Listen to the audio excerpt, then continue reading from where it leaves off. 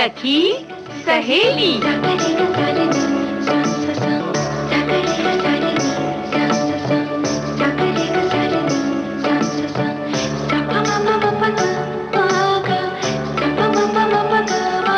सखी सहेली।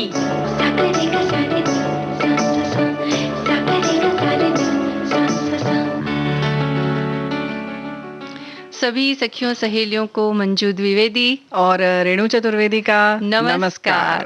रेणु जी, जब भी हमको मौका मिलता है या थोड़ा समय मिलता है तो हम क्या सोचते हैं कि चलो फिल्म देख करके आएं, और फिल्म में जो कहानी होती है उसे हम थोड़ी देर के लिए ही सही लेकिन अपने आप को जोड़ लेते हैं। उसमें अगर कोई हंसी का सीन होता है तो हमें गुदगुदाता है, खुशी होती है, और अगर कोई रोमांटिक सीन होता है तो वो देख करके भी हमें भाई अपना प्यार याद आ जाता है। यानी कहने का मतलब ये कि उस कहानी से हम अपने आप को थोड़ा सा जोड़ लेते हैं। थोड़ा सा नहीं, पूरी तरह जुड़ जाते हैं। और कुछ लोग तो इस कदर जुड़ जाते हैं कि उनके जो भाव आते जाते हैं, उसको बाकी जो लोग साथ में फिल्म देख रहे होते हैं वो फिल्म ना देखकर उसको देखने लगते हैं। ये हाल हो जाता है कभी कभी, तो है ना जी, है कि नहीं? बिल्कुल सही कहा आपने भाई। लेकिन आज हम इस पर बात जरूर करेंगे, लेकिन उससे पहले ये भी बता दें कि हम किस तरह से और भी साहित्यकार कुसुमावती देशपांडे जी के बारे में बात करेंगे, है ना? और भारतीय खेल जो है पच्चीसी, चौपड़ या चौसर, हम सभी ने कभी तो खेला ही है ये खेल, तो उसके बारे में भी हम थोड़ी बात करेंगे।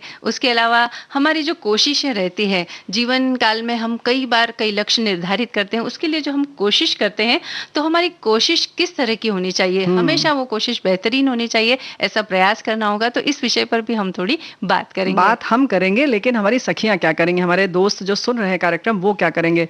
अब ये बताओ कि वो ऐसी फिल्म का जिक्र करें जिससे कि मैं बहुत रोए या बहुत हंसे, वो हमें फेसबुक पर बताएं या अपने कोई पसंदीदा खेल बताएं। हाँ बिल्कुल। तो बिल्कुल आप फेसबुक पर हमसे जुड़िए और हमें बताइए कि आप कौन सी फिल्म देख करके आपको बहुत अच्छा लगा, या बहुत रोना आया, या बहुत खुशी हुई, या और भी कोई फीलिंग्स हो सकती है, वो बताएं। और ऐसा भी हो सकता है कि आपने तो फिल्म का मजा लिया, साथ में अपने साथ वाले का भी मजा लिया कि वो बुरी तरह रो रहा था या बुरी तरह हंस रहा था। तो कुछ इस तरीके की जो भी आपकी याद है फिल्म देखते समय की जुड़ी हुई, उसको आप फेसबुक पर लेकर भेजिए। तब तक हम बात करते हैं कि किस तरह से हम इसके साथ जुड़ते हैं और एक सम्मोहन में बंध से जाते हैं, मंजू, है ना? बिल्कुल। तो फिल्म देखते हैं तो उसमें कोई अगर भावनात्मक दृश्य आता है तो हम भी भावुक हो जाते हैं, और कई बार ऐसे दृश्यों को देखकर हम रोने लग जाते हैं। कुछ लोग ऐसे, लेकिन कई लोग ऐसे भी होते हैं जो ऐसे दृश्यों को देखकर भी सामान्य बने रहते हैं, यानी उन्हें कोई फर्क नहीं पड़ता है। ठीक है, रोने गाने का सीन है, आएगा चला जाएगा, वो अपना बिल्कुल सामान्य तरीके से बैठते हैं। जैसे पहली फिल्म आगे की देखी है वैसे ही उसके बाद की भी वो देखते रहते हैं। लेकिन कई लोग ऐसा नहीं कर पाते, किंतु कुछ लोग अपनी भावनाओं को रोक नहीं पाते हैं वहां पर। और ये जो सब बातें होती है ये हमारे हार्मोन्स के स्तर पर निर्भर करती हैं। लेकिन हमें लगता है कुछ लोग जो जोड़ रोक लेते हैं अपने आप को, वो क्या अपने हार्मोन्स को भी नियंत्रित कर लेते हैं क्या? नहीं, ये तो एक आंतरिक चीज है कि हार्मोन्स का, किस तरह के हार्मोन का कितना स्त्रवण होता है ये हर व्यक्ति में अलग अलग होता है। लेकिन हमारे सोचने पर भी निर्भर करता है। कभी कभी हम बिल्कुल उसमें भावनाओं में इतने बह जाते हैं, इस तरह से जुड़ जाते हैं कि वैसे ही दुखी होने लगते हैं, वैसे ही खुश होने लगते हैं, तो वैसे ही हार्मोन्स भी स्त्राव उसका होने लगता है। और कई लोग इस बात को स्वीकार कर लेते हैं कि हाँ वो भावनात्मक दृश्य देखकर रोते हैं, लेकिन कुछ लोग इसको स्वीकार नहीं करते। उन्हें लगता है अरे ऐसे कैसे, हमने पिक्चर देखा और हम भी रोने लगे। मतलब हमारी कमजोरी दिखने लगेगी, और हमें लोग मजाक बनाएंगे। तो इसलिए हम कभी कभी अपने आप को रोक लेते हैं, भावुक होते हुए भी अपने उस संवेदनाओं को एक तरह से जकड़ लेते हैं कि नहीं, हम इसको प्रदर्शित नहीं करेंगे, अंदर अंदर रो लेंगे, अंदर अंदर हंस लेंगे।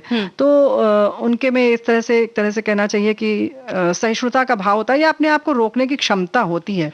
और कई लोग ऐसे होते हैं उन्हें पता ही नहीं होता है कि दूसरों का दर्द या कुछ उनकी तकलीफ है, तो उसमें अपने आप को जोड़ें और उसको महसूस करें कि अच्छा वो इस दर्द से गुजर रहा होगा या इस तकलीफ से गुजर रहा होगा, है ना? यानी कई लोग जो भावनाओं को बड़ा अंदर ही अंदर, या तो उनके अंदर उत्पन्न ही कम होती है, और अगर होती भी है तो उन्हें दबा लेते हैं, तो वो दूसरों की संवेदनाओं के साथ अपने आप को जोड़ नहीं पाते हैं। और कई लोग, जैसा कि आपने बोला भी कि वो कमजोरी की निशानी समझ करके भी उन चीजों से थोड़ा दूर दूर ही रहते हैं, है ना। तो सहानुभूति का गुण या दूसरों की तकलीफों को समझने का गुण हम सब में होना चाहिए। इनसे हमें अपने आप को दूर नहीं करना चाहिए, कुछ लोग कर लेते हैं। और सहानुभूति का जो अभाव होता है वो जीवन को नीरस बना देता है। वहीं अगर हम दूसरों के साथ अपनी सहानुभूति को जोड़ लेते हैं तो जीवन में थोड़ी नवीनता भी आती है और हमारे जो विचार हैं या अंदर की कोमल कोमल जो भावना है ना वो थोड़ी बाहर आती है, तो मन भी उससे हल्का होता है। और जब हम दूसरों को और उनकी भावनाओं को समझने का प्रयास करते हैं तो इसमें अंदर ही अंदर हम भी कहीं ना कहीं मजबूत बन जाते हैं। बिल्कुल सही बात है। जैसे कि अगर आपने फिल्म देखा, अगर हम फिल्म की ही चर्चा कर रहे हैं तो कुछ चुनौती उसने स्वीकार की तो आपको भी लगता है कि अच्छा हाँ हम भी ऐसा कर सकते हैं। या अगर वो रो रही है तो आप रो लीजिए ना, ऐसा क्या है, उसमें शर्म कैसी। अक्सर लगता है कि शर्म आती है लोगों को, है ना, कि अरे हम कैसे रोएं, या ये तो ड्रामा है। अब ड्रामा होता है, इसमें कुछ भी असली नहीं है। हाँ, और रेणु जी कई बार कोई ना भक्ति भाव की फिल्म देखते हैं ना तो कई लोगों में भक्ति के भाव भी जाग जाते हैं और वो हाथ जोड़ने लगते हैं और बड़े भावना के साथ में वो प्रणाम करते हैं। तो वहां भी यही बात लागू होती है कि वहां भी आपकी जो भावनाएं हैं फिल्म को या दृश्य को देख करके जागृत हुई है। जी, तो इसमें लोग कभी-कभी मंजू ऐसे लोगों को देखकर कभी-कभी हम सोचते हैं कि बड़े अनपढ़ से हैं या मतलब बड़े कमजोर से हैं। ऐसा नहीं है, वो बड़े सरल हृदय हैं, हमें लगता है कहीं ना कहीं। तो कुछ इस तरीके की चीजों को लेकर आदमी को नहीं सोचना चाहिए, न तो सामने वाले का मजाक बनाना चाहिए, क्योंकि वो कैरेक्टर से एक तरह से संबंध स्थापित करते हैं, फिर उसकी परवाह करने लगते हैं। अरे अरे, कुछ लोग तो चिल्लाने लगते हैं, अरे देखो देखो गिर जाएगा, है ना, जैसे अल्लो एक्सीडेंट हो जाएगा, घबरा जाते हैं पहले से ही और घबराने लगते हैं। तो इस तरह से एक दूसरे की परवाह करना, उसके दुख में दुखी होना, उसकी खुशी में खुश होना, ये सारी चीजें एक तरह से हम उस कैरेक्टर से जुड़ना भी है और उसके साथ उसकी परवाह करना भी है। ऐसा नहीं कि आप एकदम निर्लिप्त भाव से देख रहे हैं, ये तो ड्रामा चल रहा है, चलने दो, हमें से क्या मतलब। अरे भाई ऐसा नहीं है, आप थोड़ा सा जुड़ेंगे तो आपको आनंद आएगा। और जैसा तुमने कहा कि मन मजबूत होता है, कहीं ना कहीं बहुत सारी चीजें सीख मिलती हैं। अगर आप ड्रामा ही समझेंगे तो फिर आप उससे कुछ भी न प्रेरणा ले सकते हैं, न सीख सकते हैं, है ना। और फिल्म के दौरान रोने का एक कारण ये भी होता है रेणु जी कि फिल्म के चरित्र के साथ हम अपनी पुरानी यादों का संबंध स्थापित कर लेते हैं। कई बार क्या होता है कि फिल्म में किसी बात या किसी चरित्र को इतनी खूबसूरती के साथ पेश किया जाता है कि हमारी आंखों से बरबसी आंसू निकलने लगते हैं। वो इसलिए क्योंकि हमें ऐसा लगता है कि हाँ हमारा जो पिछला जीवन, ऐसी तो कोई घटना हुई थी हमारे जीवन में, या हम भी तो ऐसे ही थे, हमारे साथ भी तो ऐसा ही हुआ था। ये सोच करके हम और ज्यादा उससे संबंध स्थापित करके और विचलित हो जाते हैं। बिल्कुल। और कभी कभी तो जैसे होता है ना, बच्चे दूर हैं, बच्चों का दिखा रहे हैं तो अपने बच्चों की याद आती है, अरे मेरा बच्चा भी ऐसे ही हॉस्टल में होगा या शादी के बाद गया हो तो ऐसे होगा, वो परेशान हो रहा होगा। इस तरह से जोड़ के और हम किस तरह से दुखी होते हैं। हाँ, और रेणु जी कई बार देखो जैसे विदेश में चले गए कोई लोग और ऐसी कोई फिल्म बताते हैं जिसमें अपने देश का गुणगान किया गया हो, तो हम सोचते हैं की बात हो या वापस लौटने की बात हो तो बस वो जो गाना है ना, चिट्ठी आई है, उस गाने को देखकर कई लोग जो विदेश में बसे हुए रोने लग जाते थे। तो वहां भी यही बात लागू होती है कि उन बातों से, उन परिस्थितियों से हम अपने आप को जोड़ लेते हैं कहीं ना कहीं। बिल्कुल। तो लेकिन ये जो जोड़ने वाली बात तो बहुत अच्छी है और जुड़ना भी चाहिए, तभी हम देखो समाज में कुछ कर सकते हैं। ये जो सेवा भाव है या समाज सेवा वगैरह, जब हम जुड़ेंगे ही नहीं तो हम क्यों करेंगे। बिल्कुल। हमें लगेगा ठीक है ये इनकी जिंदगी है, ये जाने, हमारी जिंदगी हम जाने, लेकिन बिना जुड़े आपको भी ना कभी किसी से मदद मिलेगी, ना आप किसी की कर पाएंगे। बिल्कुल। तो इस तरह से जुड़ना चाहिए। और रोना जो है खासतौर से, क्योंकि रोना ही शायद दिखाई देता है, तो उसको कभी भी इंसान की कमजोरी ना समझें। और अगर आपका खुद का दिल है रोने का, रो लीजिए, क्योंकि इससे आपका और मन, किसी के साथ संवेदनाएं स्थापित ना कर पाना, ये कहीं ना कहीं व्यक्ति की कमजोरी होती है। हम रोने वाले को कमजोर समझते हैं, लेकिन वो कमजोर नहीं होता है, बल्कि जो दूसरों की भावना को नहीं समझ पाता है वो व्यक्ति ज्यादा कमजोर है ना।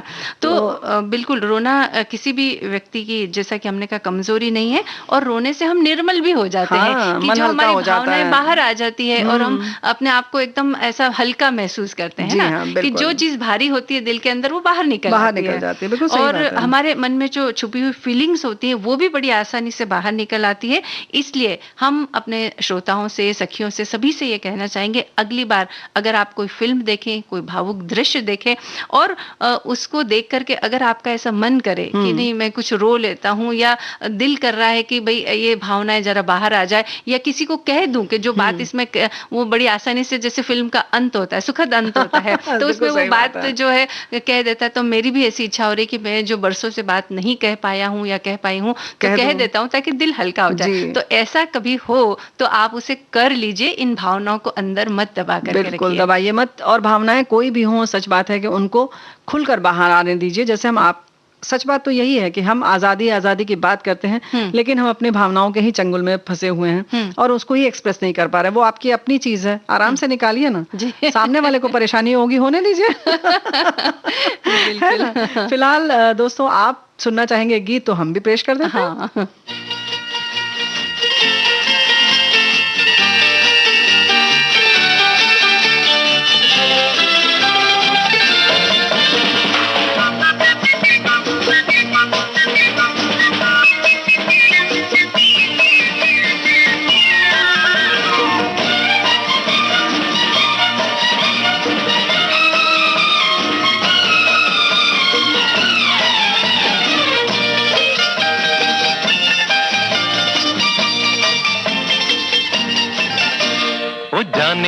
जाने मन तेरे दो नयन चोरी चोरी लेके गए देखो मेरा मन। जाने मन जाने मन जाने मन।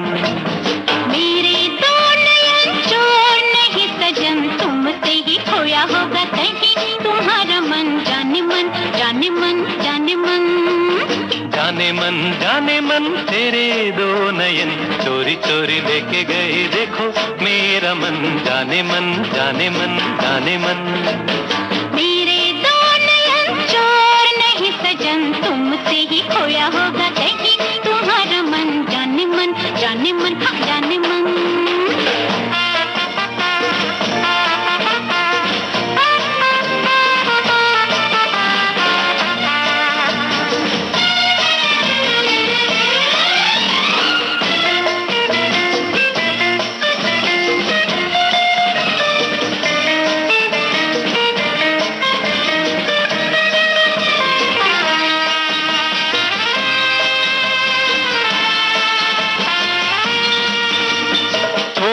दिलों की दूरी ऐसी क्या है मजबूरी, दिल दिल से मिलने दे।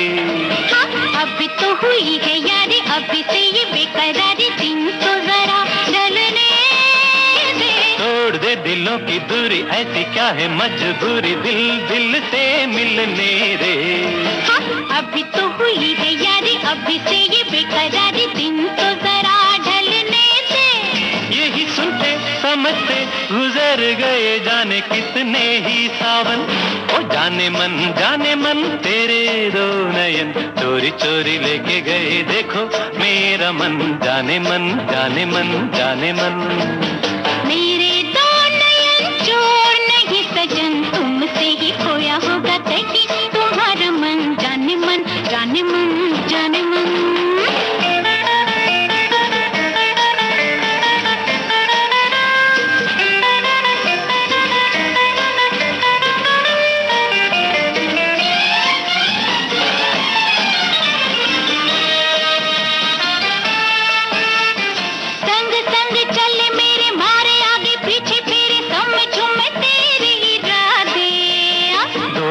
तेरा है ये तो हर दिन जब देखो करती हो झूठे वादे।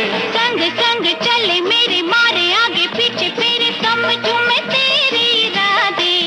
जा दोष तेरा है ये तो हर दिन जब देखो करती हो झूठे वादे। तूने जाने दीवाने दिखाऊं कैसे तुझे मैं ये दिल की लगन।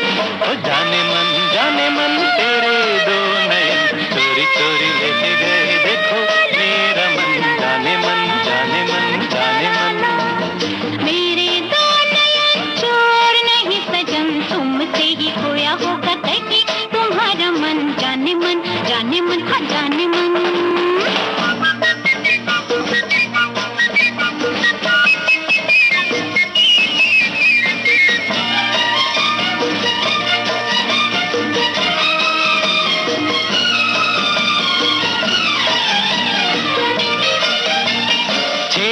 कभी न तुम्हें जरा बतला दो हमें कब तक हम तरसेंगे।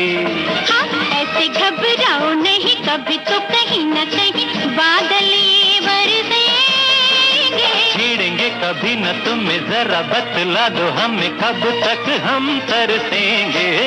हाँ, ऐसे घबराओ नहीं, कभी तो कहीं न कहीं बादल ये बरसेंगे। क्या करेंगे बरस के कि जब मुरझाएगा ये सारा चमन। ओ जाने मन तेरे दो नयन चोरी चोरी लेके गए देखो मेरा मन। जाने मन जाने मन जाने मन। मेरे दो नयन चोर नहीं सजन, तुमसे ही खोया होगा कहीं तुम्हारा मन। जाने मन जाने मन, हाँ जाने मन।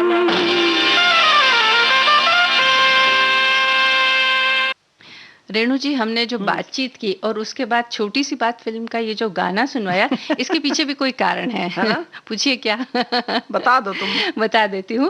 अमोल पालेकर और विद्या सिन्हा इस फिल्म के मुख्य कलाकार हैं और वो दोनों फिल्म देखने के लिए जाते हैं और उस फिल्म में एक गाना चलता रहता है और गाने के जो मुख्य कलाकार होते हैं ये अपने आप को उनसे जोड़ लेते हैं और ये समझते हैं कि वहां पर हम हैं और हम ये गीत गा रहे हैं एक दूसरे के लिए। अक्सर ऐसा बहुत सारी फिल्मों में हो जाता है और अक्सर बहुत सारी फिल्मों में ये भी दिखाते हैं कि भाई हम कोई पिक्चर की तरह थोड़ी है कि हम उस तरह से रोमांटिक पार्क में बैठ के गाएं, लेकिन फिर वो उसमें इतना खोते हैं कि वो फिल्म में दिखा दिया जाता है कि वो अपने आप को उस जगह पर अभिनेत्री और अभिनेता की जगह खुद को खड़ा महसूस करते हैं। तो ये हम सबके साथ होता है और होने देना चाहिए, इसमें कोई बहुत बड़ी बात नहीं।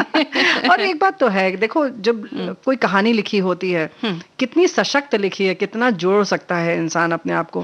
ये सिर्फ फिल्मों के साथ नहीं होता है, बल्कि हम अगर कोई पुस्तक पढ़ते हैं तो भी देखा गया है कि अगर प्रेमचंद जी की कहानी पढ़ी जाए तो आपको बरबस आंसू निकल जाता है, आप रोक नहीं पाते अपने आप को, क्योंकि उसमें जो संवाद होता है, जो चरित्र होते हैं, उनका चित्रण जो इस तरह से करते हैं कि बिल्कुल लगता है कि आप वहीं बैठे हैं। हम अपने आप को वहाँ उसमें आत्मसात कर लेते हैं, जोड़ लेते हैं। बिल्कुल। तो ये तो साहित्य की खूबी है। तो आज हम साहित्यकार की बात कर रहे हैं, कुसुमावती देशपांडे की। हाँ बिल्कुल, मराठी भाषा की साहित्यकार हैं ये लेखिका। उनका जन्म 10 नवंबर 1904 को अमरावती महाराष्ट्र में हुआ था और वो मराठी भाषा की टिप्पणीकार भी थी। उन्होंने लघु कथाओं को नया रूप और चेतना दी और मराठी साहित्य के क्षेत्र में उनका लेखन बहुत मूल्यवान है। तो क्रिटिक रही आप और 1921 में पुणे के हुजूरा बागा गर्ल्स स्कूल में हाई स्कूल की शिक्षा पूरी करने के बाद कुसुमावती नागपुर जाने से पहले 4 साल तक फर्ग्यूसन कॉलेज पुणे में पढ़ाई की उन्होंने और बीए की पढ़ाई सन 1926 में नागपुर जाकर नागपुर विश्वविद्यालय से ली और मंजू 1929 में अंग्रेजी साहित्य से पढ़ाई के लिए लंदन के वेस्टफील्ड कॉलेज चली गई वो। बिल्कुल। 1929 में ही उन्होंने आत्माराम रावजी देशपांडे से विवाह किया और उन्हें नाम मिला कुसुमावती देशपांडे। 1931 से 25 वर्षों तक वे नागपुर विश्वविद्यालय में अंग्रेजी साहित्य की अध्यापिका रही और उन्होंने ऑल इंडिया रेडियो में मुख्य निर्माता, महिला और बाल कार्यक्रम बनाने का काम भी कई वर्षों तक किया और मराठी साहित्य पर साहित्य अकादमी के सलाहकार बोर्ड के संयोजक के रूप में भी उन्होंने काम किया। तो काफी आपने महिलाओं और बच्चों के लिए कार्यक्रम के तौर पर बहुत काम किया, यानी कि वो प्रोड्यूसर के तौर पर रही और मराठी साहित्य पर कुसुमावती के आलोचनात्मक निबंध 2 खंडों में 1954 में प्रकाशित किए गए जिनका नाम था मराठी कादंबरीचे पहले शतक और उनके लघु निबंधों और लघु कथाओं के 4 संग्रह प्रकाशित हो चुके हैं। दीपाकली 1934 में, 1940 में दीपदान, मौली 1945 में और पासंग 1954 में। तो इतनी कृतियां हैं इनकी। बिल्कुल। और कुसुमावती और उनके पति के बीच पत्रों का एक संग्रह कुसुमानील नाम से शीर्षक के तहत प्रकाशित किया गया है और उन्होंने 1961 में ग्वालियर में मराठी साहित्य सम्मेलन की अध्यक्षता की। इस वार्षिक सम्मेलन की वो पहली महिला अध्यक्ष थी। उनके बाद में 3 और महिला अध्यक्ष बनी वहां की। और क्या बात है। सन 1961 में उनका देहावसान हुआ। लेकिन जैसे कि ये बात है ना, हमने जैसे कहा कि पिक्चर हम देखते हैं या हम साहित्य पढ़ते हैं, इसके साथ साथ पत्रों का भी कुछ ऐसा ही होता है। जब किसी का खत आता है तो किस तरह से आंसू बहते हैं और किस तरह से खुशियां हैं। मतलब पत्र तो पढ़ने वाला पढ़ता है, लेकिन जो पढ़ रहा है उसका चेहरा देखकर आप समझ सकते हैं कि खत में क्या क्या लिखा है ना है कि नहीं? हाँ, बिल्कुल। उसके चेहरे के हाव भाव से, उसकी आंखों की चमक से पता चल जाता है कि उसके प्रेमी का पत्र है, पिता का है, कि बेटे का है, या उसकी बहन का है। कुछ इस तरीके की हाव भाव हमारे चेहरे पर आ जाते हैं। आ जाते हैं, क्योंकि वो परिवार के किसी खास का होता है। खत तो आप किसी खास को ही लिखेंगे। बिल्कुल बिल्कुल। हालांकि अब खत का आना जाना थोड़ा कम हो गया है, लेकिन जिस समय पत्रों का चलन था रेणु जी, उस समय किसी भी अपने का या प्रिय का जो भी पत्र आता था, कई वर्षों तक हम उन पत्रों को संभाल करके रखते थे, और जब कभी मन होता था तो उन पत्रों को निकाल करके पढ़ लेते थे। भाई मंजू, हमारे पास तो अभी भी रखा है, कुछ तो रखे हैं खास। बिल्कुल, रखना ही चाहिए संभाल कर, क्योंकि अब तो पत्र लिखे नहीं जाते, अब तो सारी बातें फोन पर हो जाती है, मोबाइल पर हो जाती है। खैर, वो कह सकते हैं कि हमारी थाती है, या फिर हमारा एक खजाना है, यूं कह सकते हैं। बिल्कुल खजाना इसलिए है कि कुछ हमारे बच्चों के लिखे हुए खत है, और बड़ी टेढ़ी मेढ़ी हिंदी लिखी है, बड़ा मजा आता है उसको बार बार पढ़ के। और जब बच्चों को दिखाते हैं तो उन्हें थोड़ी शर्म भी आती है, लेकिन बड़ा आनंद भी आता है, क्योंकि वो उस बचपन में अपने चले जाती हैं कि अरे वाह, अच्छा हम ऐसे लिखते थे, तो ये चीज ऐसे लिखते थे। भैयू लिखना था तो भैया हम ऐसे लिखते थे, भैया लिखते थे, आया की मात्रा नहीं लगाते थे, तो उन्हें मात्राओं की जो दिक्कतें हैं, जो गड़बड़ियां की हैं बचपन में, वो सब उन्हें याद आती हैं। बिल्कुल। पिंगा गपोरी पिंगा गपोरी पिंगा मला पिंग्यानी माला बोलवली रात घालवली पोरी पिंगा।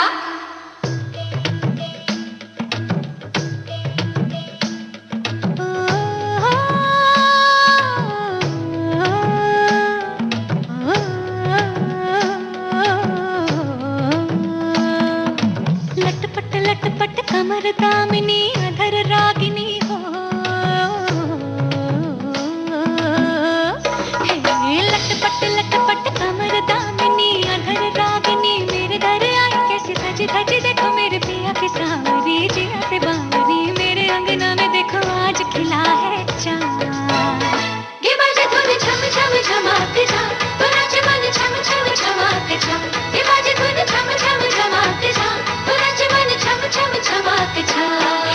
लटपट लटपट कमर दामिनी अधर रागिनी, मेरे घर आई कैसे सज धज, देखो मेरे पिया की सांवरी जिया से बावरी, मेरे अंगना में देखो आज खिला है चांद। ये बाजे धुन झम झम झमाते जा, तो नाचे मन झम झम झमाते जा, ये बाजे धुन झम झम झमाते जा, तो नाचे मन झम झम झमाते जा।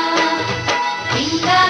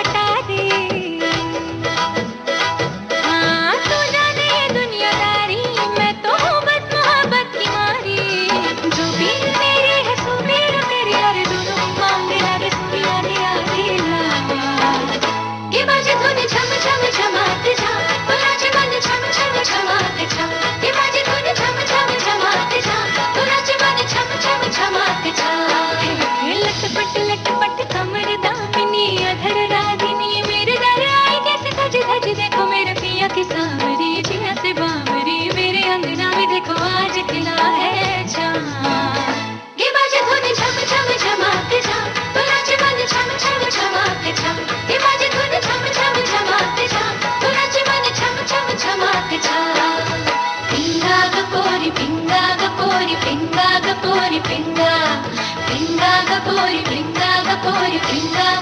पिंगा, पिंगा गपोरी पिंगा गपोरी पिंगा गपोरी पिंगा। पिंगा मोर पिंगा।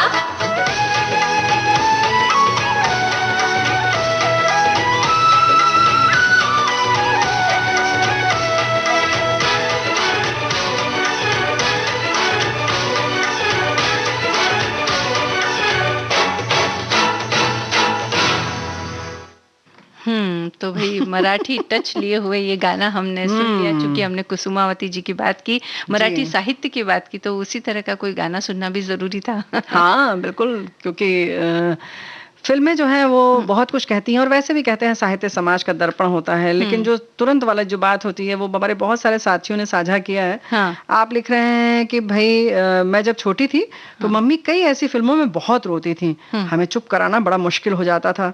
जब हम बड़े हुए, समझने लगे, तो मुझे भी कई ऐसी फिल्मों में रोना आता था। प्रेम रोग जैसे फिल्म में मुझे बहुत रोना आया था, और आज भी कोई मतलब मोबाइल या टीवी में सीरियल देखती हूँ तो मुझे बहुत रोना आता है, मैं रोक नहीं पाती हूँ अपने आप को।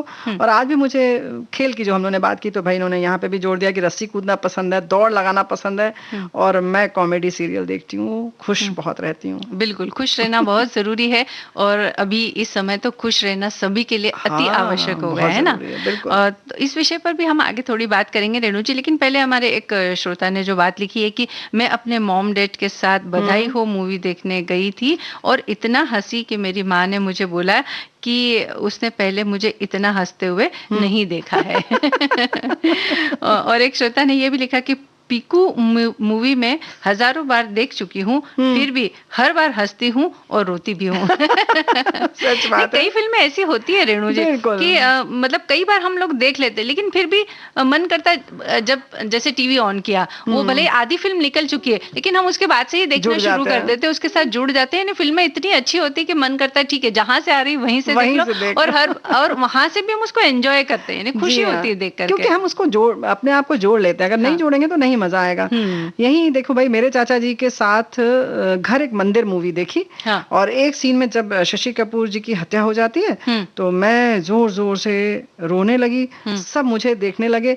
और उस समय मैं 14 ईयर ओल्ड थी, मतलब 14 साल की थी भाई, तब तो ठीक है। और वही बताया ना जैसे हमने कि बाकी सब लोग देखने लगते हैं, हम इतनी जोर जोर से कभी कभी रोने लगते हैं कि बाकी सबको हंसी आ जाती है कि भाई इनका तो आंसू ही नहीं रुक रहा है। हाँ, तो बिल्कुल ऐसा होता है। और रेणु जी, जैसा कि फिल्मों की बात तो हुई, और आगे भी और हमारे श्रोताओं के कमेंट जो आ रहे हैं हम पढ़ेंगे, लेकिन थोड़ा खेलने की भी बात हो जाए। अच्छा ना, मन कर रहा है इनका चौपड़ खेलने का। बिल्कुल, चौपड़ तो एक ऐसा खेल है रेणु जी कि भले हम 2 लोग हों, 3 लोग हों, 4 लोग हों, और थोड़ा सा समय हो, और उसके लिए किसी खास चीज की जरूरत भी नहीं पड़ती, बस एक चौक लिया हमने, और ऐसा जहां भी जगह है थोड़ी सी वहां पर ड्राइंग जैसा वो कर दिया, उसके खाने बना लिए, घर बना लिए, बिल्कुल, और खेलना शुरू हो गए। 2 दोस्त भी खेल सकते हैं, पति पत्नी खेल सकते हैं, भाई बहन खेल सकते हैं, मित्र खेल सकते हैं। तो इसमें कहीं कोई किसी तरह का कोई खास नियम की जरूरत नहीं, किसी संसाधन की जरूरत नहीं। तो ये हमारे भारतीय जो प्राचीन सभ्यता है, संस्कृति है और रीति रिवाज है, ये उसकी पहचान है, और उसकी खूबी है कि हमें ज्यादा चीजें इकट्ठा नहीं करनी होती है। तो भाई विश्व की जो बहुत सारी सभ्यताओं के साथ साथ प्राचीन काल से ही हमारे देश की एक समृद्ध परंपरा रही है। तो ये पीढ़ी दर पीढ़ी सांस्कृतिक माध्यमों के द्वारा न केवल मनोरंजन के लिए, बल्कि ये कहते हैं ना कि हमारी मानसिक क्षमताओं का जो है ना बहुत इससे विकास होता है, और शरीर को चुस्त दुरुस्त बनाए रखने के लिए भी खेले जा रहे हैं ऐसे। और ऐसे ही मानसिक क्षमताओं का विकास के लिए ये जो मतलब शारीरिक चुस्त दुरुस्त होने के लिए तो भाई बाकी सब है, कबड्डी, खो खो या और भी चीजें कह लो, लेकिन अगर हम मानसिक की बात करें तो इसमें खास तौर से ये जो चौपड़ तुमने कहा ना, ये आ जाता है। और ऐसे ही 25सी भी है। बिल्कुल।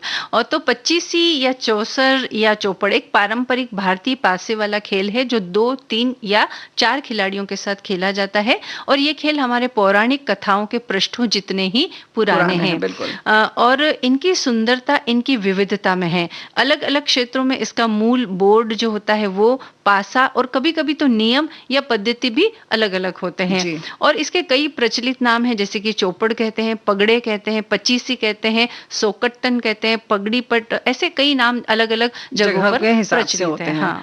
और 25सी खेल में एक तिरछे और गोल आकार का बोर्ड होता है, और ऐसा कहा जाता है कि 25सी का खेल भगवान शिव और देवी पार्वती द्वारा भी खेला जाता था।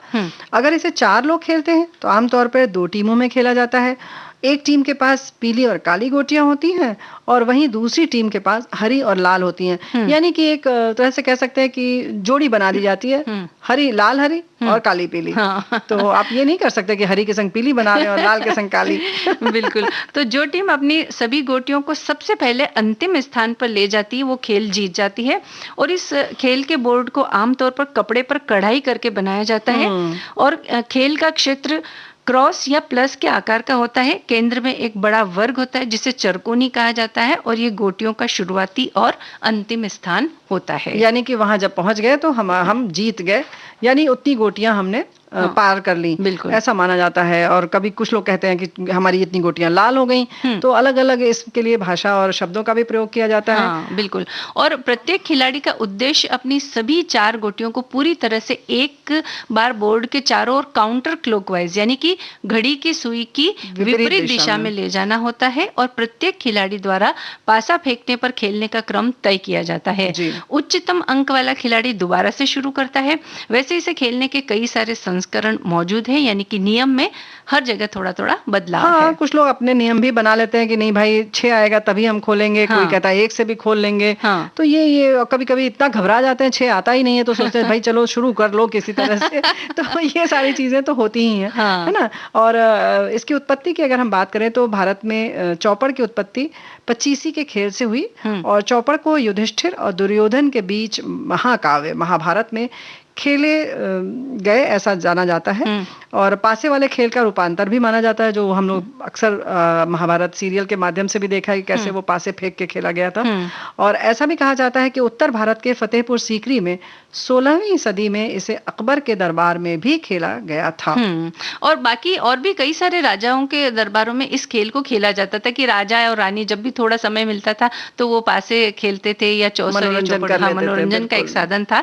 और 1938 में अमेरिकी खिलौना कंपनी ट्रांसोग्राम ने बाजार में बेचने योग्य इस बोर्ड गेम के संस्करण की शुरुआत की, जिसे गेम ऑफ इंडिया नाम दिया गया। यानी पहली बार उन्होंने ऐसा सोचा कि सभी जगह पर इसको बताया जाए। और ये चलो ये अच्छी लेकिन बात है कि गेम ऑफ इंडिया यानी भारत का खेल है, ऐसा तो कम से कम स्थापित हुआ। हाँ। और सोशल मीडिया और वीडियो गेम के जमाने में हम आज अपने परंपरागत खेलों को शायद भूल गए हैं, मगर आज भी हमारे ग्रामीण क्षेत्रों में कई पुराने खेलों को सहेज कर रखा गया है।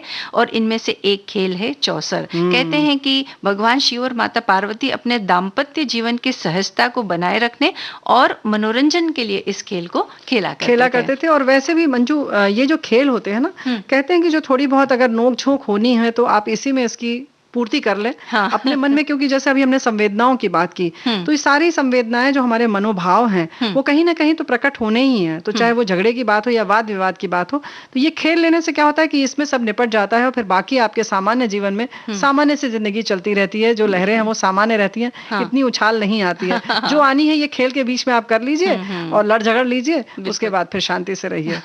और परिवार के जब सब सदस्य एक साथ मिलकर के खेलने के लिए बैठते हैं तो कहीं ना कहीं प्यार भी पनपता है। सब लोग सहज हो जाते हैं। और जो दिन भर काम की थकान है या टेंशन है या और भी कोई बात है, तो इन खेलों के माध्यम से वो सारी बातें छू मंतर हो जाती है और हम अगले दिन के लिए, पूरे नए दिन के लिए फिर से फ्रेश पूरी तरह तैयार भी होते हैं। और उसके संग संग एक बात और है, कभी कभी मनमुटाव कभी सामान्य काम के बीच में हो जाता है। ये खेल के दौरान में पता लगा जिससे मनमुटाव हुआ था उसी के संग आपकी जोड़ी बन गई, वही आपका पार्टनर हो गया। बस खत्म हो गई सारे मनमुटाव के सारी झंझट ही खत्म। तो कुछ इस तरीके से ये सारी चीजें, ये खेल माध्यम है हमारे लिए। तो आप भी खेला कीजिए सभी लोग इस तरह से। अगर जब भी समय मिले तो एक चौसर की बाजी हो जाए और अपने सारे तनाव को जो है छूमंतर कीजिए।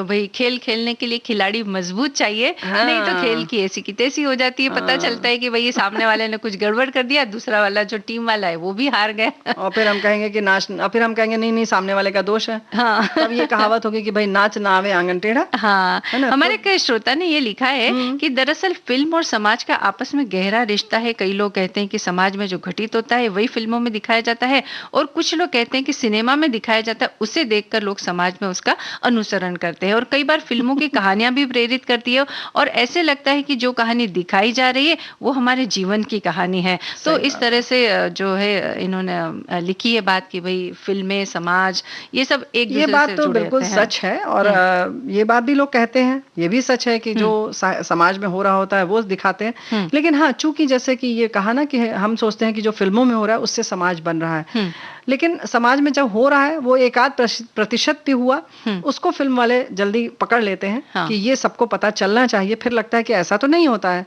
और फिर जब होने लगता है तो हमें लगता है कि फिल्म देखकर शुरू हुआ। लेकिन कहीं ना कहीं हमारे समाज से ही वो लेते हैं कहानियां।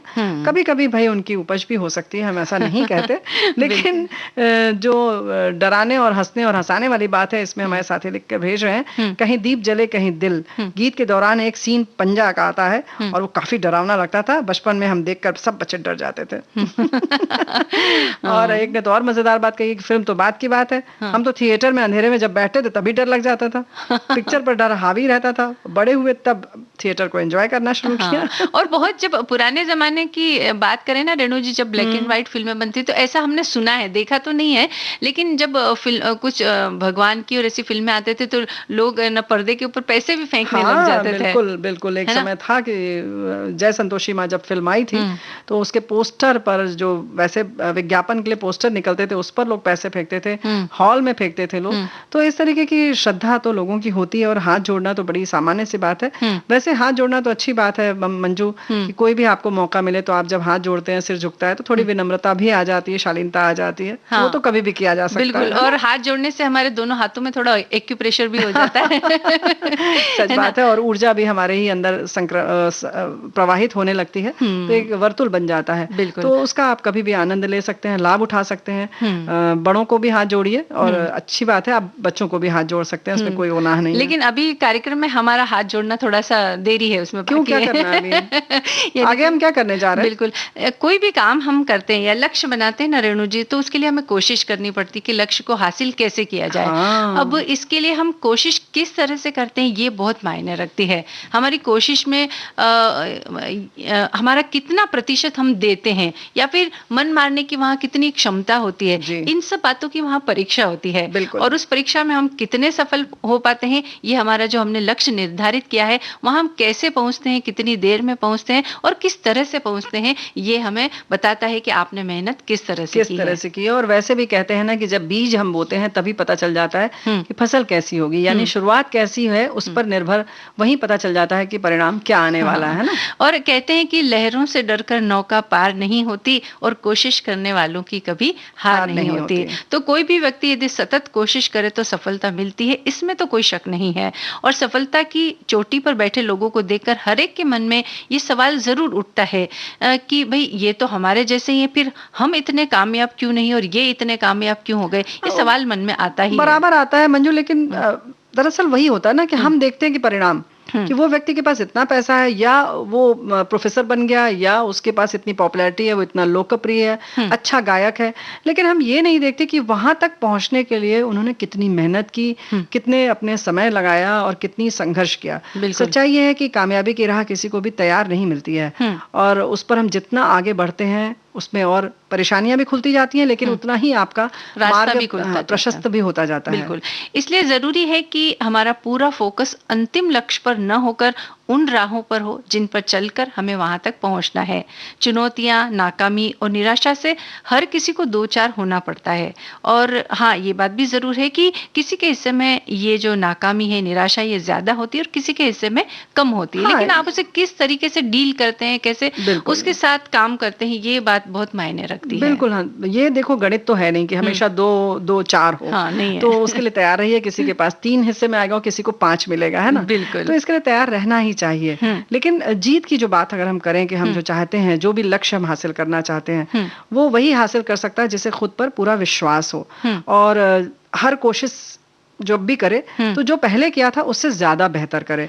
यानी कि ये मान कर चले कि अभी भी हमें और बेहतर करने की संभावना है, गुंजाइश है। ऐसा मत सोचिए कि इस समय तो हमने बेस्ट दिया था, बेस्ट कुछ भी नहीं होता है। बिल्कुल, है ना? यानी हमेशा नए के लिए या ज्यादा करने के लिए तैयार है। क्योंकि रेणु जी, कई जो बड़े लोगों के जब इंटरव्यू हम लोग है ना सुनते हैं ना, तो जब उनसे पूछा जाता है कि भाई आपकी सबसे बेहतरीन कृति कौन सी है, तो वो हमेशा यही कहते हैं कि भाई अभी तक जो हुई है उसमें मुझे ऐसा लगता है कि और थोड़ा बेहतर हम कर सकते हैं। बिल्कुल सही बात है। और किसी भी संगीतज्ञ से भी पूछो तो वो कहते हैं अभी तो हम सीख रहे हैं। यानी कि अभी बहुत असीम संभावनाएं हैं जी, है ना? तो राह की मुश्किलों को देखकर एक हम अगर आगे बढ़ते हैं कि हम कदम पीछे करते हैं, ये बात निर्भर करता है। अगर हम कदम पीछे मोड़ लेंगे तो गड़बड़ है। जाहिर है कि आपने हार मान ली। तो कभी भी ये विचार अपने जहन में न लाएं और याद रखें कि दूर से जो राह का अंत दिखाई देता है वो असल में एक छोटा सा मोड़ है। यानी कि उसके आगे अभी आपको बहुत चलना है, तैयार रहिए। बिल्कुल। अब यहाँ हम चींटियों का उदाहरण जरूर देना चाहेंगे कि चींटियां जी तोड़ मेहनत करती है, बिना थके, बिना रुके, और हमेशा वो काम करती रहती है। हमेशा भोजन को तलाश कर उसे इकट्ठा करती है, और वो इसलिए करती है ताकि बारिश में या विपरीत समय में भोजन की कमी ना हो। और किसी के भी जीवन में सफलता का कोई शॉर्टकट नहीं होता है अपने लक्ष्य की प्राप्ति के लिए। बस जरूरत इतनी होती कि पूरी शिद्दत से इन्हें हासिल करने का प्रयास किया जाए, और ये सबक हम नन्ही चींटियों से सीख सकते हैं। बिल्कुल, नन्ही चींटी हो या जैसे तिनका ले लेके गौरैया घर बनाती है, कितनी बार उड़ती है और उसके चोंच से गिर जाता है तिनका, लेकिन फिर लेके उड़ती है, फिर लेके उड़ती है, क्योंकि उसको अपने बच्चे के लिए या अपने रहने के लिए नीड़ बनाना होता है। तो इस घोंसले को बनाने की बात है। और कितनी आंधी तूफान आती है, सब बिखर जाता है, फिर नए सिरे से बनाना शुरू करती है। और कहते हैं रेणु जी की चींटियां उनका खुद का पूरी उनके शरीर का जितना वजन होता है ना, उससे 3 गुना वजन वो एक बार में उठा करके ले जाने का प्रयास करती हैं। तो ये कितनी बड़ी बात है ना। बिल्कुल, तो इस तरह से करना ही चाहिए, लेकिन बहुत विचार करके कि हमें क्या करना है उसके साथ आगे बढ़ना चाहिए, क्योंकि बिना विचारे जो करे सो पाछे पछताए। इस कहावत में हमें यही जीवन का मूल मंत्र बनाना चाहिए कि मंजिल की ओर बढ़ने वाला हर कदम अक्लमंदी के साथ, दूरदर्शिता के साथ बढ़ाना चाहिए। बिना सोचे समझे कुछ भी नहीं करना चाहिए, क्योंकि दिशाहीन मिसाइल जो होती है ना, वो कभी कभी उसका नुकसान आपको खुद भुगतना पड़ता है। बिल्कुल, तो तैयार रहिए। बिल्कुल। तो किसी भी बात के बारे में बहुत ज्यादा सोचना भी हमें आगे बढ़ने से रोक सकता है, इसलिए संतुलन बनाना जरूरी है। समय रहते विचार करके किसी अंतिम निर्णय पर पहुंचे, और उपलब्धि चाहे छोटी ही क्यों न हो उसे हासिल करने का जश्न मनाना और खुद की पीठ थपथपाना बिल्कुल ना भूलें। यानी खुद को शाबाशी देना ना भूलें, क्योंकि यही ऊर्जा देती है। यही ऊर्जा देती है, और हमें ये पता चलता है कि हमने कुछ तो कर लिया। जो एक बड़ा लक्ष्य था उसमें से थोड़ा छोटा लक्ष्य तो हम पहुंच ही गए वहां तक, तो अब आगे की राह में और मिल जाएगी। तो कामयाबी की राह में लगातार आगे बढ़ने के लिए खुद को प्रेरित करने का इससे अच्छा तरीका और कोई हो नहीं सकता कि हम अपने आप से कहें कि वाह शाबाश। यानी कि पीछे मुड़कर एक बार देख लीजिए कि आपने कितनी दूरी तय कर ली है। आपको खुशी मिलेगी जरूर। बिल्कुल।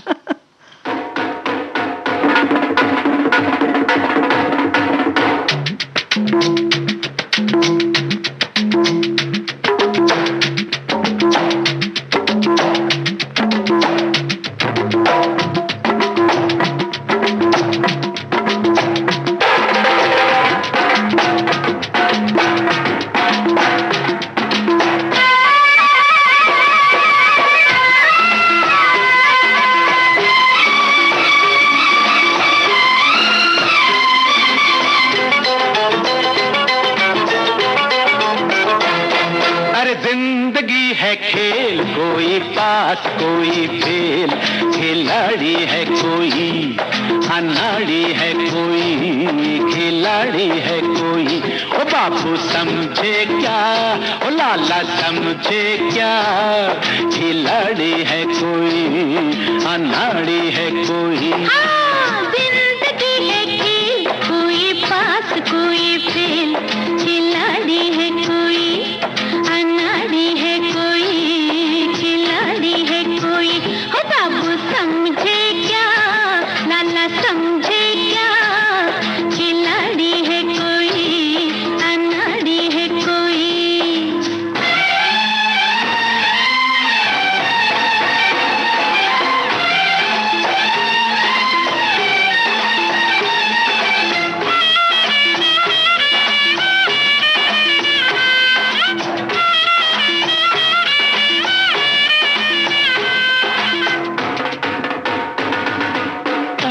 मारे कील गुमुराया उड़े पारा पड़ोसी उल्टा बोले बॉटल सिरा कूड़े गुमुराया मारे कील गुमुराया उड़े पारा पड़ोसी उल्टा बोले बॉटल सिरा कूड़े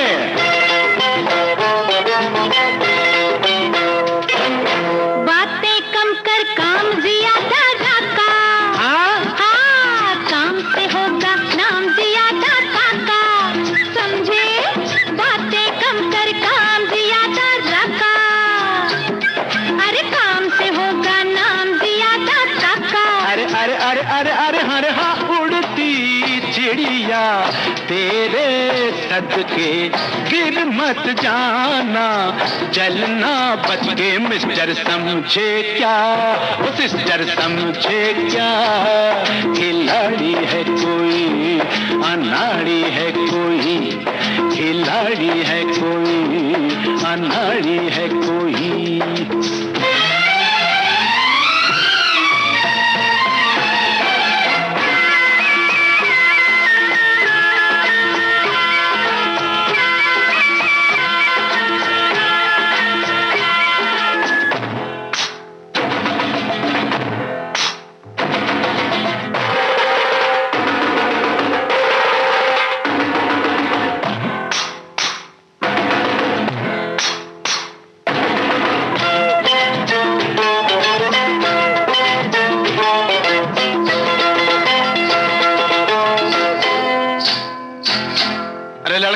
एक कदम पीछे अरे बैठ झूम के पीछे घूम और नखरे वाली अरे लोग बजाएंगे खुश होकर ताली ताली ताली ताली ताली रे झूम के पीछे घूम और नखरे वाली अरे लोग बजाएंगे खुश होकर ताली अरे अरे अरे अरे अरे ऐसा जलवा मैं दिखलाऊं सबके दिल को मैं धड़काऊं पापे समझे क्या अम्मा समझे क्या खिलाड़ी है कोई अनाड़ी है कोई खिलाड़ी है कोई अनाड़ी है कोई अरे जिंदगी है खेल कोई पास कोई खेल खिलाड़ी है कोई अनाड़ी है कोई खिलाड़ी है कोई ओ बाबू समझे क्या लाला समझे क्या खिलाड़ी है कोई अनाड़ी है कोई खिलाड़ी है कोई अनाड़ी है कोई। रेणु जी, खिलाड़ी है कोई अनाड़ी है कोई, लेकिन आज के जो हालात चल रहे हैं उसमें सबसे बड़ा अनाड़ी हम उसी व्यक्ति को कहते हैं कि जो अपने आप को सबसे बड़ा खिलाड़ी समझता है ना, जो सोचता है अरे हमें कुछ नहीं होगा, हाँ, अरे हमारी इम्यूनिटी पावर बहुत अच्छी है। हाँ, तो अगर ऐसी सोच है किसी की तो आप बदल डालिए। नहीं, आप अनाड़ी हैं, आप मान लीजिए आप अनाड़ी हैं, है कि नहीं? बिल्कुल। और आज के जो हालात चल रहे हैं ना, तो उस पर जैसे कि कई लेखक होते हैं, कवि होते हैं, गजल लिखने वाले लोग होते हैं, तो उन हालातों को वो बड़ी सुंदर शब्दों में व्यक्त करते हैं, यानी उनकी बात हमें समझ में भी आ जाती है और पढ़ने पे भी बड़ा मजा आता है। तो ये उनकी खासियत होती है कि शब्दों से वो बड़े खेलते हैं। तो ऐसे ही एक कुछ चंद लाइन मेरे पास पहुंची है, तो लिखा है कि हवा में कुछ हलचल है, थोड़े समझदार हो जाइए, और तूफान आने का अंदेशा है, थोड़े खबरदार हो जाइए। बुझ ना जाए बेवक्त कहीं जलते चिराग इन हवाओं से, इल्तिजा है सबसे यही कि थोड़े होशियार हो जाइए। हरने आई है ये बंद हवाएं चैन और सुकून जिंदगी का, सब कुछ छोड़ के पहले खुद के पहरेदार बन जाइए।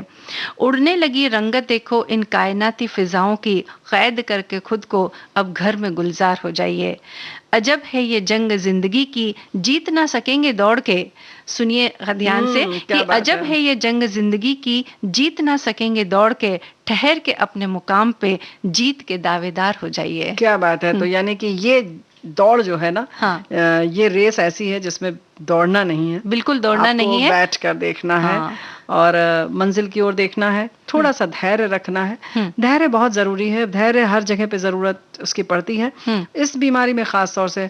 और मंजू, कहीं ये नहीं लगता कि धैर्य भी क्या रखना है, आपको अपने घर में रहना है, कहीं जंगल में नहीं जाना है, कहीं ऐसा नहीं है कि बहुत काम करना है, सीधी सादी सरल सी जिंदगी गुजारनी। हाँ, बस बिल्कुल घर में बैठ जाइए, अपने परिवार के साथ रहिए, थोड़ा अच्छा भोजन कीजिए और एंटरटेनमेंट के जो साधन है जैसा कि हमने कहा थोड़ा टीवी देखिए, फिल्म देखिए और चौसर का खेल खेलिए, बस इस तरह से दिन निकल जाएगा। और अब तो देखो ना, सच बात है कि सोशल मीडिया पर इतने सारे साधन हैं मनोरंजन के, खास तौर से। पहले तो सिर्फ ये इस तरीके के खेल होते थे, अब आप थोड़ी देर ये खेल खेलिए, फिर थोड़ी देर आंखों को तकलीफ दीजिए, थोड़ी देर फिर आप, और साथ साथ विविध भारती तो पूरे दिन आप सुन सकते हैं, कानों को तकलीफ दीजिए थोड़ी। हाँ, मतलब उसको तो देखो टेलीविजन देखते हुए भी आप सुन सकते हैं, चौसर खेल रहे हैं तो भी आप सुन सकते हैं, और रसोई घर में काम करते हुए भी आप सुन सकते हैं। हम तरह तरह के कार्यक्रम इसीलिए लेकर आते हैं, उनको भी सुनते रहिए। आपकी बहुत सारी चीजें हैं, आप वो तलाशिए कि आपके पास क्या है, ना कि ये परेशानी हुई है कि अरे हम ये नहीं कर पा रहे हैं, हम वो नहीं कर पा रहे हैं। आप क्या कर सकते हैं ये देखिए। बिल्कुल, और बिल्कुल अगर जरूरी हो तो ही आप घर से बाहर निकले, लेकिन अगर घर से बाहर निकल भी रहे हैं तो मास्क लगाना बहुत जरूरी है, 2 गज की दूरी रखना जरूरी है, हमेशा थोड़ी थोड़ी देर में आप अपने हाथ को सैनिटाइज करें। और अगर वैक्सीन नहीं लगवाया है और आप उस कैटेगरी में आ गए हैं जहां वैक्सीन लग रही है, तो आपको वैक्सीन भी जरूर लगवाना है। यानी कि आपकी बारी आए तो वैक्सीन जरूर लगवाएं। और हम लोगों ने जो फिल्मों की बात कही थी, सबने बड़ा अच्छा साझा किया है। किसी ने लिखा है कि उमराव जान देखकर हम बहुत रोए थे, किसी ने लिखा है कि हम अपनी पुरानी फिल्म अपनी माँ के साथ देखने गए थे शरारत, और इतना हम लोग हंसे कि सारे लोग पीछे मुड़कर देखने लगे, और जब इंटरवल में लाइट जली तो सब लोग ऐसे घूर रहे थे जैसे हम 8वां आश्चर्य हो। कभी कभी ऐसी चीजें भी होती हैं, है ना। तो चलिए अब कार्यक्रम के अंत में हम एक और गीत अपनी सखियों को सुनवा देते हैं।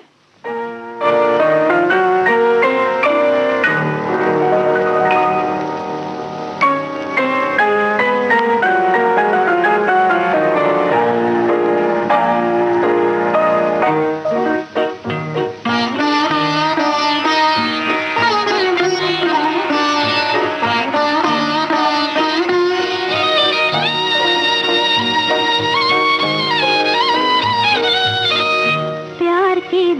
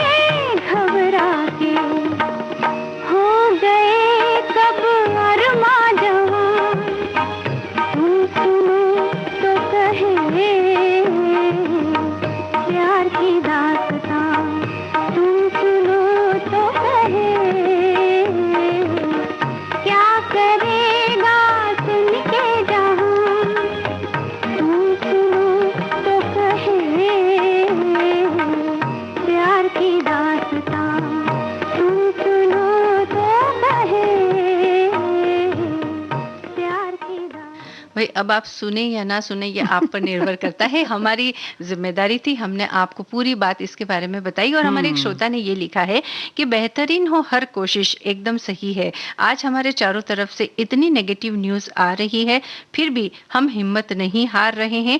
सब अच्छे हों यही कोशिश में लगे हुए हैं। Always V positive. क्या बात है, बिल्कुल सही बात है। और इसीलिए हम, किसी ने ये भी लिखा है कि घर में रहें, सिलाई करें, मनोरंजन का और भी जो है अपने शौक पूरे करें। और जो हमने फिल्मों की बात कही थी, किसी ने किसी फिल्म का जिक्र किया, किसी ने किसी फिल्म का जिक्र किया है। और हमारे एक साथी लिखकर भेजते हैं कि भाई मैं चुप रहूंगी मीना कुमारी की फिल्म देखी थी, बहुत रोया था। और उसके साथ साथ बॉम्बे टू गोवा और पड़ोसन फिल्म देखकर हंसी बहुत आई। तो भाई ये फिल्में हमें हंसाती हैं, रुलाती हैं, हम इनके साथ जीते हैं। और बहुत हद तक हम इससे जुड़ जाते हैं। सचमुच पड़ोसन फिल्म तो थी ही ऐसी कि हम भी हंस हंस के लोटपोट हो गए। और अब भी जब भी देखते हैं तो जहां से भी देखना शुरू करते हैं मजा आ जाता है। और खास तौर से जो किशोर कुमार के उसमें एक जो गीत है वो तो इतने हंसाते हैं, गुदगुदाते हैं कि बस पूछे मत। लेकिन अब आज का कार्यक्रम समाप्त करने का वक्त हो गया है रेणु जी, तो अब इजाजत लेते हैं आप सभी को। मंजू द्विवेदी और रेणु चतुर्वेदी का नमस्कार।